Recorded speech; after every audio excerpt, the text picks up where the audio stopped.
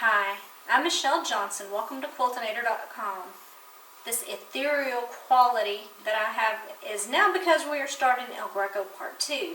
And I have my lamp underneath my kitchen table turned on. And I have taped down, with just painter's tape, I've taped down the picture. I'm going to tape down the fabric, and then I'm going to outline it for you, show you how I've done it. Using a light box is awesome. Just trace and you are done. Okay, now I'm going to iron on the fusible web. And the dotted portion is facing up. The smooth side is on the bottom, and my fabric is facing up, and I put the dots to the back side of the fabric. And it doesn't even matter that I drew on this. And then now all I'm going to do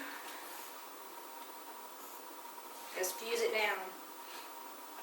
And if you'll notice, the height of my ironing board, this is an ergonomic setup for me.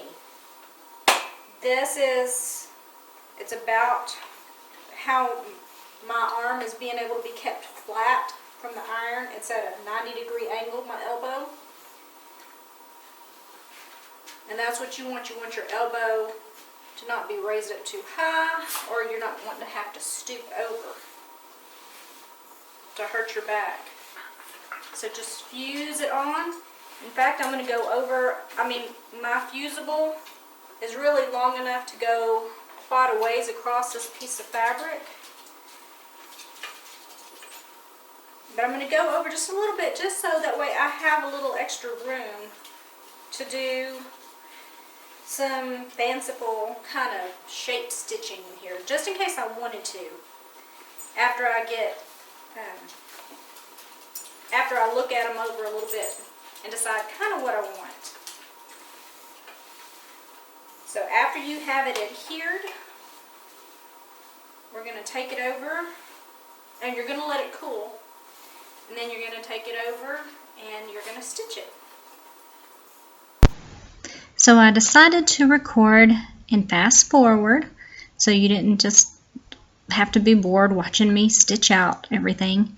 And my machine does not like one piece of fabric apparently. And I know it's two pieces with the fusible interfacing, but it's still really thin and it didn't like it. And I was having to really push and pull and manipulate my fabric. I kept cutting my threads after every few lines, and then I discovered, oh, you know what? I can just go side to side. It's not gonna hurt anything.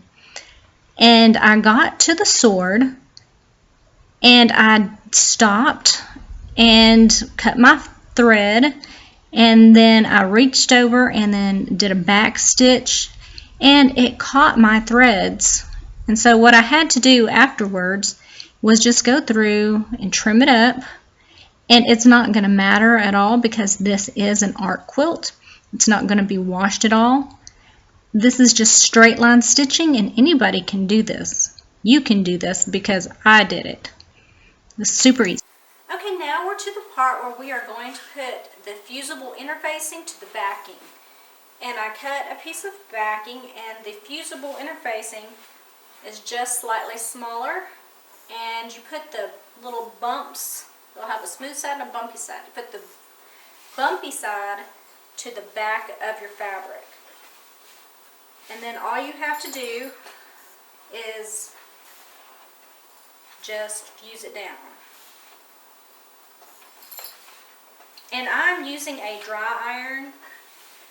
It's humid enough outside today that I don't need to add any water on this.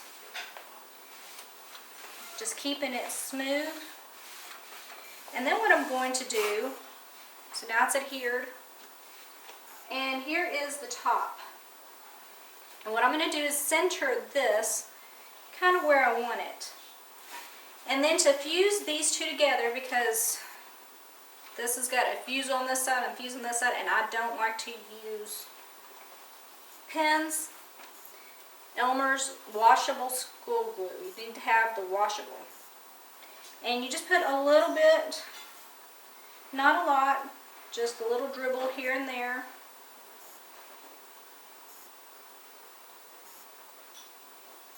And then you iron that down.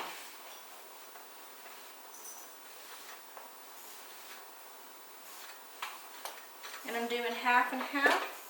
So now I'm just going to take this other side, and I'm not putting the glue on the fleece side, I'm putting it on the fusible side, or the interfacing side, since both are fusibles. And again, you can probably see I'm not putting on a bunch, just enough. Rub in,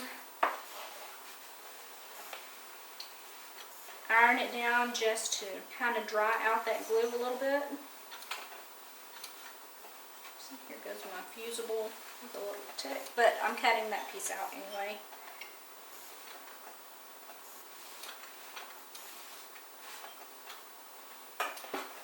And now the two pieces are fused enough that they're going to stick together, and then when I take it to the machine I can stitch all the way through and quilt, and it'll be just fine. I don't need pins or anything, and it'll fit better in the octahoops. Well, I've just done some editing and I've realized my video is kind of long, so we'll make an El Greco part 3, and I will see you during part 3. I'm Michelle Johnson, this is quiltinator.com, and I'm getting back to quilting.